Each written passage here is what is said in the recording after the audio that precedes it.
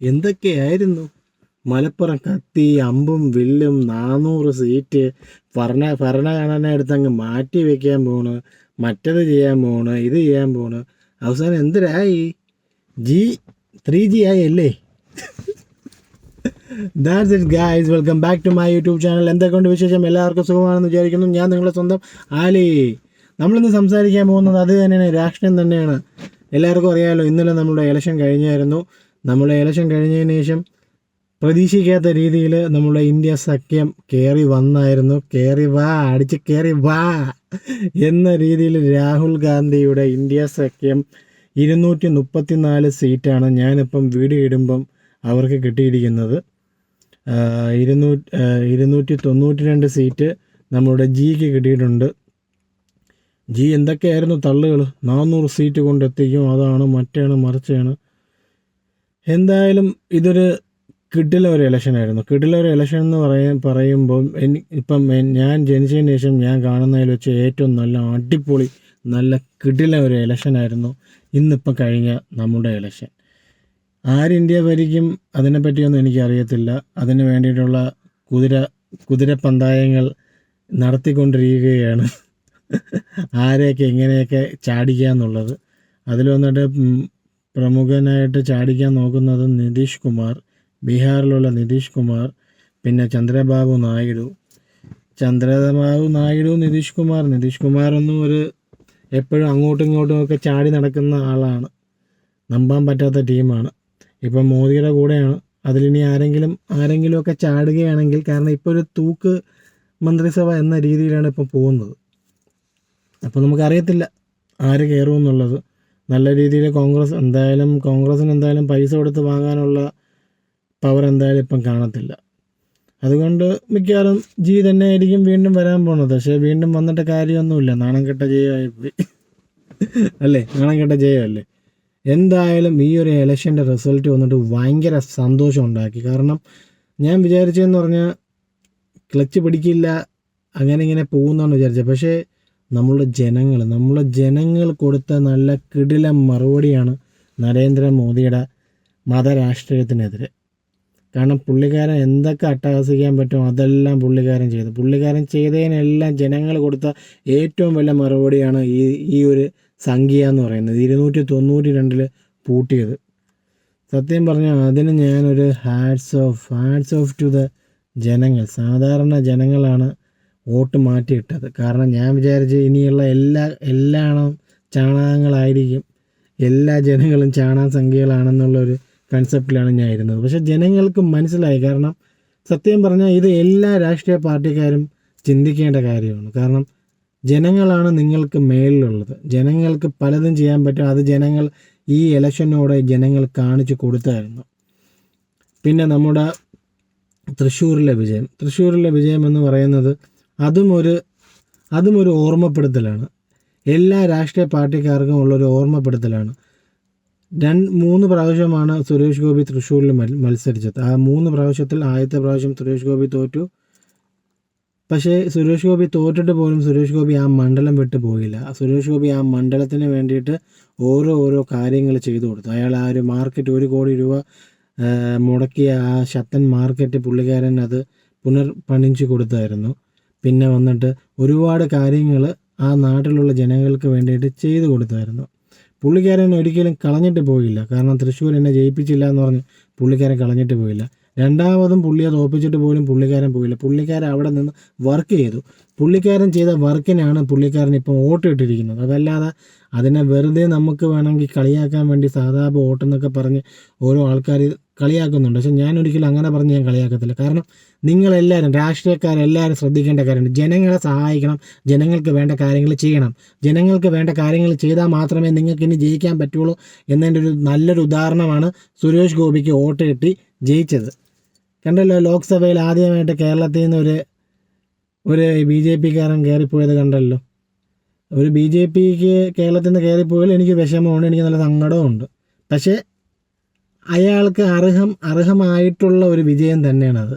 കാരണം നീയൊക്കെ ചെയ്യണേ, നീയൊക്കെ പണി ചെയ്യേ, നീയൊക്കെ നല്ല റോഡ് ഉണ്ടാക്കിത്താ, നീയൊക്കെ നല്ല വികസനം ഉണ്ടാക്കിത്താ. നീയൊക്കെ ഇതൊരു തേങ്ങയും ചെയ്യാതെ ഇരുന്നാൽ പിന്നെ എങ്ങനെയാണ് പിന്നെ കാര്യങ്ങൾ മുന്നോട്ട് പോണത്? ജനങ്ങൾക്ക് മടുക്കൂടെ? ജനങ്ങൾക്ക് മടുത്തോണ്ടാണ് വോട്ടിൻ്റെ ശതമാനം വരെ കുറഞ്ഞത്. പല ജനങ്ങളും വോട്ടിടാൻ പോയില്ല, കാരണം വിശ്വാസമില്ല. പക്ഷേ സത്യം പറഞ്ഞാൽ നിങ്ങളൊക്കെ വന്ന് വോട്ടിടാനുള്ളതായിരുന്നു. നിങ്ങളൊക്കെ വോട്ടിടുന്നെങ്കിൽ ഈ എണ്ണം കെട്ടവൻ ഇറങ്ങിപ്പോയെങ്കിൽ, ഈ മോദി ഇറങ്ങിപ്പോയെങ്കിൽ. പക്ഷേ ജനങ്ങൾ പലവരും വന്നില്ല, വിശ്വാസം. കാരണം ജനങ്ങൾക്ക് അറിയായിരുന്നു ഇയാൾ തന്നെ വീണ്ടും ജയിക്കുമെന്നുള്ളൊരു ഉറപ്പ് ജനങ്ങൾക്കുണ്ടായിരുന്നു. അതുകൊണ്ടാണ് ജനങ്ങൾ വന്ന് വോട്ടിടാത്തത്. പക്ഷേ ഇടണമായിരുന്നു എന്നതായിരുന്നു എൻ്റെ ഒരു അഭിപ്രായം. പിന്നെ രണ്ടാമത് വന്നിട്ട് ഈ ഒരു ഇലക്ഷൻ ഇന്ത്യൻ സഖ്യം ഇത്രയും കയറിക്കൊള്ളാനുള്ള മെയിൻ കാരണം എന്ന് പറയുന്നത് രാഹുൽ ഗാന്ധി. അല്ലാതെ വേറൊരു വാക്ക് എനിക്ക് പറയാനില്ല. എന്തൊക്കെ ഒരാളെ കളിയാക്കാൻ പറ്റും? അമ്മാതിരി എല്ലാം BJP-കാരന്മാരും എല്ലാവരും കൂടെ രാഹുൽ ഗാന്ധിയായിട്ട് കളിയാക്കിയാണ്. പപ്പുമോൻ, ചക്കമോൻ എന്നൊക്കെ പറഞ്ഞ് കളിയാക്കി. അയാൾ ഒരു തിരിച്ചു വരവായിരുന്നു ഈ ഒരു ഇലക്ഷൻ എന്ന് പറയുന്നത്. കാരണം അങ്ങേര് നടത്തിയ ആ നടത്തം അത് സത്യം പറഞ്ഞൊരു 4 വർഷത്തിന് മുമ്പേ നടത്തിയിരുന്നെങ്കിൽ എങ്കിൽ പുല്ലുപോലെ നമ്മളിപ്പം ജയിച്ചു പോയെങ്കിൽ, കോൺഗ്രസ് പുല്ലുപോലെ ജയിച്ച് കയറിപ്പോയെങ്കിൽ.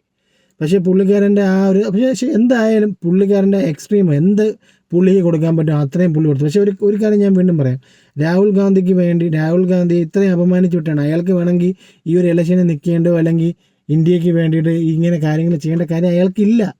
കാരണം അയാൾക്ക് കളഞ്ഞിട്ട് പോകേണ്ട കേസായിരുന്നു. പക്ഷേ അയാൾ കളഞ്ഞിട്ട് പോയില്ല. അയാൾക്ക് ജീവിക്കാൻ ഗതിയില്ലാത്തതുകൊണ്ടാണോ? നല്ല വിദ്യാഭ്യാസമുള്ള ആൾ, അയാൾക്ക് നല്ല പൂത്ത കാശുണ്ട്. എന്നിട്ട് പോലും അയാൾ ഈ നാട്ടിന് വേണ്ടിയിട്ട് കിടന്ന് കഷ്ടപ്പെട്ടത് ആർക്കുണ്ട്? നമുക്കെല്ലാവർക്കും വേണ്ടിയിട്ടാണ്. ഇവനൊക്കെ ഈ പ്രാവശ്യം വീണ്ടും ജയിച്ചിരുന്നെങ്കിൽ, വൻ ഭൂരിപക്ഷത്തോടെ ജയിച്ചിരുന്നെങ്കിൽ ഈ നാട് മൊത്തം എടുത്ത് മറച്ചു വെക്കൂടെ ഇവന്മാർ വന്നിട്ട് ഭരണഘടന മാറ്റാൻ പോണ്, അവന്മാർ എല്ലാം മാറ്റാൻ പോണ്. എല്ലാ രീതിയിലും അവന്മാർ ചെയ്തു വെച്ച് ഒരു വലിയൊരു ഒരു പ്രതിപക്ഷം ഇല്ലാതെ പോയതാണ് നമുക്ക് ഇത്രയും കാലം പറ്റിപ്പോയ അബദ്ധങ്ങൾ. പക്ഷേ ഈ പ്രാവശ്യം നല്ലൊരു പ്രതിപക്ഷം വന്നു. നല്ല രീതിയിൽ പ്രതിപക്ഷത്തിന് കയറാൻ പറ്റി. 234 എന്നുള്ള ഒരു മാജിക്കൽ സംഖ്യയിലോട്ട് പ്രതിപക്ഷം വന്നു കയറി. അതിനുള്ള മെയിൻ കാരണം ഞാൻ പറയുന്ന രാഹുൽ ഗാന്ധിയാണ്. അണ്ണാ നിങ്ങളെ പുലിയാണ് അണ്ണാ, പറയാതിരിക്കാൻ വയ്യ. പിന്നെ അത് കഴിഞ്ഞതിന് ശേഷം നമ്മളെ സോഷ്യൽ മീഡിയ സെൻസേഷനായ നമ്മളെ ധ്രുവ് രാട്ടെ, അനിയാ നീയും പൊളിച്ചനിയാ. എനിക്ക് സത്യം പറഞ്ഞാൽ ധ്രുവ് രാട്ടയുടെ വീഡിയോസ് കൊണ്ട് ഒരുപാട് മാറ്റങ്ങളുണ്ടായി. കാരണം ഒരുപാട് മാറ്റങ്ങളെന്ന് പറയുന്നത് ഒരു 20% 30% മാറ്റങ്ങൾ അയാളൊരിതുകൊണ്ട് സംഭവിച്ചു. കാരണം ഒരുപാട് വിവരവും വിദ്യാഭ്യാസമുള്ള പലവന്മാരും സംഖ്യകളായിരുന്നു.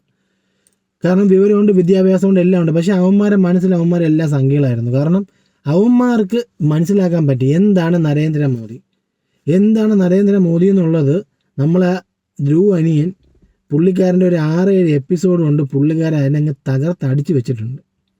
ചായക്കടക്കാരൻ എവിടെ ചായക്കടക്കാരൻ? ആ സത്യാവസ്ഥകളും കാര്യങ്ങളൊക്കെ നിങ്ങൾക്കറിയാമല്ലോ. വെറുതെ ഇരുന്ന് പറയണം ഞാൻ പിച്ചക്കാരനാണ്, ഞാൻ ഫക്കീറാണ്, ഞാൻ ഗതിയില്ലാത്തവനാണ്, ഞാൻ പാവപ്പെട്ടവനാണ് എന്ന് പറഞ്ഞ് ആൾക്കാരെ നിന്ന് ഓട്ടം തേങ്ങയൊക്കെ പിടിച്ച് വെച്ച് എന്നിട്ട് അങ്ങനെ ചെയ്യണം. എന്തിനാണ്? വലിയ കോടീശ്വരന്മാർക്ക് വേണ്ടിയിട്ട് ജോലി ചെയ്യണം. ആർക്ക് വേണ്ടി? അദാനിക്കും അംബാനിക്കും കോർപ്പറേറ്റിന് വേണ്ടിയിട്ട് ജോലി ചെയ്യുന്ന ഒരു മനുഷ്യനായിരുന്നു നമ്മളെ പ്രധാനമന്ത്രി. അതിനുള്ള ഉപകാരങ്ങളൊക്കെ അയാൾക്ക് ഉണ്ടായി കഴിഞ്ഞായിരുന്നു. എന്നിട്ട് ഇപ്പോൾ ഏറ്റവും അവസാനം അങ്ങേരാണ് ദൈവമെന്ന്, അങ്ങേര് ദൈവപുത്രനാണെന്ന്. എന്തിനാണ് ഇങ്ങനെയൊക്കെ ചെയ്യുന്നത്? നിങ്ങൾക്കിപ്പോൾ മനസ്സിലായില്ലേ മോദിജി? നിങ്ങൾക്കിപ്പോൾ മനസ്സിലായില്ലേ? നിങ്ങൾ നല്ല രീതിയിൽ ഭരണം കാഴ്ചവെച്ചെങ്കിൽ, നിങ്ങൾ വന്നിട്ട് ഈ സാധനങ്ങൾക്ക് ഈ വിലക്കുറവും വില കൂടുതലും കാര്യങ്ങളെല്ലാം നിങ്ങൾ നിയന്ത്രിച്ചിരുന്നെങ്കിൽ, ഈ പെട്രോളിൻ്റെ വില നിങ്ങൾ നിയന്ത്രിച്ചിരുന്നെങ്കിൽ, നിങ്ങൾ നല്ല കാര്യങ്ങൾ ചെയ്തിരുന്നെങ്കിൽ നിങ്ങൾക്ക് വീണ്ടും നല്ല രീതിയിൽ നിങ്ങൾക്ക് ജയിച്ച് വരാമായിരുന്നു. പക്ഷേ നിങ്ങളുടെ ഉദ്ദേശം അതല്ല. നിങ്ങളുടെ ഉദ്ദേശം എന്ന് പറഞ്ഞാൽ നാടിനെ വിഭജിക്കുക എന്ന് നിങ്ങൾക്ക് തന്നെ അങ്ങ് ഭരിക്കുക എന്നുള്ളൊരു ഉദ്ദേശം നിങ്ങൾക്കുണ്ടായിരുന്നു. പക്ഷേ ആ ഉദ്ദേശമാണ്. പക്ഷെ നല്ല കാര്യം, നിങ്ങളിതൊക്കെ ചെയ്തുകൊണ്ടാണ് നിങ്ങൾ നല്ല രീതിയിൽ ഇപ്പം 3G അടിച്ച് പോയത്. നിങ്ങൾ എന്തായാലും നല്ല കാര്യങ്ങൾ നിങ്ങൾ അല്ലെങ്കിലും ചെയ്യാറില്ല. നിങ്ങൾ ഈ ജാതി പറഞ്ഞു ആൾക്കാരെ അങ്ങോട്ടും ഇങ്ങോട്ടും അടുപ്പിച്ചും ഇങ്ങനെ ആക്കി വെച്ച്. പക്ഷേ ജനങ്ങൾ സത്യം പറഞ്ഞ് ഞാൻ ഒരിക്കലും വിചാരിച്ചില്ല ഈ 50% മേളിൽ ജനങ്ങൾക്ക് വിവരം വെക്കൂ എന്നുള്ളത്. കാരണം എൻ്റെ ഉള്ളിൽ വന്നിട്ട് നീയൊക്കെ ഇനി നീ എന്തൊക്കെ പറഞ്ഞാലും നീയൊക്കെ ജാതിയുടെ ബാക്കിൽ നടക്കുന്ന ആൾക്കാരെന്നാണ് വിചാരിച്ചത്, എസ്പെഷ്യലി നോർത്തിലുള്ള. പക്ഷേ അവിടെയുള്ള പല ജനങ്ങൾ, പ്രത്യേകിച്ച് യു പിയിലൊക്കെ കണ്ട മാറ്റം സത്യം പറഞ്ഞാൽ വിശ്വസിക്കാൻ കഴിയുന്നില്ല. നിനക്കൊക്കെ ഇത്രയും വിവരം ഉണ്ടായിരുന്നേ ഇങ്ങനെ ഓട്ടിടാതെ മാറ്റി ഓട്ടിട്ടത് മാൻ. എന്തായാലും ഈ ഇലക്ഷന് വേണ്ടിയിട്ട് കഷ്ടപ്പെട്ട എല്ലാ ആൾക്കാർക്കും എൻ്റെ ഒരു ബിഗ് സല്യൂട്ട്. കാരണം ഈ ഇലക്ഷൻ അത്രയ്ക്ക് എല്ലാവരുടെയും ലൈഫിൽ അത്രയ്ക്ക് ബാധിച്ചൊരു ഇലക്ഷനാണ്.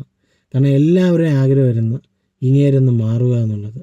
പക്ഷേ അതിൽ പറഞ്ഞല്ലോ, അതിൽ വന്നിട്ട് എല്ലാവരും ആഗ്രഹമൊന്നും ഞാൻ പറയത്തില്ല, ഒരു 50% ജനങ്ങൾക്കും ഇങ്ങേര് മാറണമെന്നുള്ളൊരു ആഗ്രഹം ഉണ്ടായിരുന്നു. പക്ഷെ അതെന്തോ അവസാനം നടത്തി കിട്ടിയെന്ന് പറഞ്ഞാൽ ഇയാൾ അഹങ്കാരം ഒന്ന് കുറയ്ക്കാൻ പറ്റും. മതിയല്ലോ, ഇനി അടുത്ത പ്രാവശ്യം ജയിക്കില്ലല്ലോ. ഇനി കോൺഗ്രസ് ചെയ്യേണ്ട ഒരേ ഒരു കാര്യമെന്ന് പറയുന്നത്, നിങ്ങൾ ഭരണത്തിൽ വരുമോ ഇല്ലേ അതിനെപ്പറ്റി എനിക്കറിയത്തില്ല, പക്ഷേ നിങ്ങൾ വർക്ക് ചെയ്യണം. നിങ്ങൾ നല്ലൊരു പ്രതിപക്ഷമായിട്ടിരുന്ന് നല്ല രീതിയിൽ ഇവനെ കണ്ണാക്കിന് കൊടുക്കണം. എങ്കിൽ മാത്രമേ നാട് മുന്നേറത്തുള്ളൂ. പിന്നെ നമ്മളെ ഇവിടെ ഉള്ള ഭരണാധികാരികളെ ശ്രദ്ധയ്ക്ക് വേണ്ടിയിട്ട് ചെയ്യണം, എന്തിനെങ്കിലുമൊക്കെ ചെയ്യും. അതല്ലാതെ വെറുതെ ഇങ്ങനെ ശരിയല്ല. ഇപ്പം ഈ പ്രാവശ്യത്തെ ഇലക്ഷന് വന്നിട്ട് ഇപ്പം എന്താ, കമ്മ്യൂണിസ്റ്റുകാർ തോറ്റു എന്ന് പറയുന്നത് അത് വേറെ ഒന്നും കൊണ്ടല്ല. നമ്മൾ മാക്സിമം ഉള്ള ആൾക്കാർ എല്ലാവരുടെയും ആഗ്രഹമായിരുന്നു കോൺഗ്രസ് കയറുക എന്നുള്ളത്. അതിന് വേണ്ടിയിട്ട് ആൾക്കാർ വോട്ടിട്ടില്ല. അത് നോർമലാണ്. അതല്ലാതെ കമ്മ്യൂണിസ്റ്റുകാരെന്നമാർ അടിച്ചു പോയെന്നോ അല്ലെങ്കിൽ നാണം കെട്ട് പോയെന്നോ എന്ന് വിചാരിക്കേണ്ട കാര്യമില്ല, എന്ന് പറഞ്ഞ് അപമാനിക്കേണ്ട കാര്യമില്ല. പിന്നെ അടുത്ത വരുന്ന ഇലക്ഷനിൽ ഇവർ തോക്കുകയാണെങ്കിൽ നമുക്ക് പറയാം, അന്ന് നമുക്ക് കളിയാക്കാം, നീയൊക്കെ തോറ്റാനുള്ള കാരണം ഇതാണെന്ന് പറഞ്ഞ് നമുക്ക് കളിയാക്കാം. അതിനു വേണ്ടിയിട്ടാണ് പറയുന്നത്, ഇനിയെങ്കിലും നല്ല രീതിയിൽ കാര്യങ്ങൾ നടത്തി മുന്നോട്ട് കൊണ്ടുവരിക. കാരണം നമ്മുടെ നാട്ടിൽ ഒരുപാട് ബുദ്ധിമുട്ടുകളും കാര്യങ്ങളൊക്കെ ഉണ്ട്. നല്ലൊരു റോഡില്ല, എല്ലാ റോഡും കുളമായിട്ട് മാറിയിട്ടുണ്ട്. എന്തെങ്കിലുമൊക്കെ ചെയ്യ്. ഈ രാഷ്ട്രീയം കാര്യങ്ങളൊക്കെ മാറ്റി വെച്ചിട്ട് നാടിന് വേണ്ടിയിട്ട് എന്തെങ്കിലുമൊക്കെ ചെയ്യ്. കാരണം നാണക്കേടാണ്. എന്തായാലും നല്ലൊരു വിജയം കിട്ടിയതിൽ വളരെ വളരെ സന്തോഷമുണ്ട്. So that's it guys. Thank you so much for watching my blog. നിങ്ങൾക്ക് എൻ്റെ വീഡിയോസ് ഇഷ്ടപ്പെടുകയാണെങ്കിൽ നിങ്ങൾക്ക് എന്നെ വേണമെങ്കിൽ ലൈക്ക് ചെയ്യാം, സബ്സ്ക്രൈബ് ചെയ്യാം, നിങ്ങൾക്ക് കമൻറ്റ് ഇടാം. So that's it guys. Thank you so much for watching my blog. Rahul Gandhi, you are a gem of a person man. താങ്കൾക്ക് ഈ നാടിന് വേണ്ടിയിട്ട് കഷ്ടപ്പെടേണ്ട ഒരു കാര്യമില്ല, എന്നിട്ടും താങ്കൾ അത് ചെയ്ത്, അതിന് താങ്കൾക്ക് ഒരു ഹാറ്റ്സ് ഓഫും. എനിക്ക് നിങ്ങൾക്ക് സത്യം പറഞ്ഞാൽ പറയാൻ എനിക്ക് വേർഡ്സ് ഇല്ല. നിങ്ങളുടെ ആ നടത്തം, ഭാരത് ജോഡോ എന്നുള്ള നടത്തം, അതിൽ നിങ്ങൾ പറഞ്ഞ ഓരോ വാക്കുകൾ, വെറുപ്പിൻ്റെ മാർക്കറ്റിൽ ഞാൻ സ്നേഹത്തിൻ്റെ കട തുറക്കാൻ വേണ്ടിയിട്ട് വന്ന ആളാണെന്ന്. നിങ്ങൾ സ്നേഹത്തിൻ്റെ കട തുറന്ന് കഴിഞ്ഞു ബ്രോ. നിങ്ങൾ വെറുപ്പിൻ്റെ മാർക്കറ്റിൽ ഒരു നല്ല ഒരു മാള് നിങ്ങൾ പണിഞ്ഞു കഴിഞ്ഞു. ജനങ്ങൾ മാറിത്തുടങ്ങി. ജനങ്ങൾ മാറട്ടെ, നാടിന് മാറ്റങ്ങൾ ഉണ്ടാവട്ടെ, നാട് നല്ലതാവട്ടെ. നമ്മൾ ബാക്കിയുള്ള രാജ്യങ്ങൾ കാണുകയല്ലേ, അതുപോലെ നമ്മളെ രാജ്യം അടിച്ച് കയറി വരട്ടെ.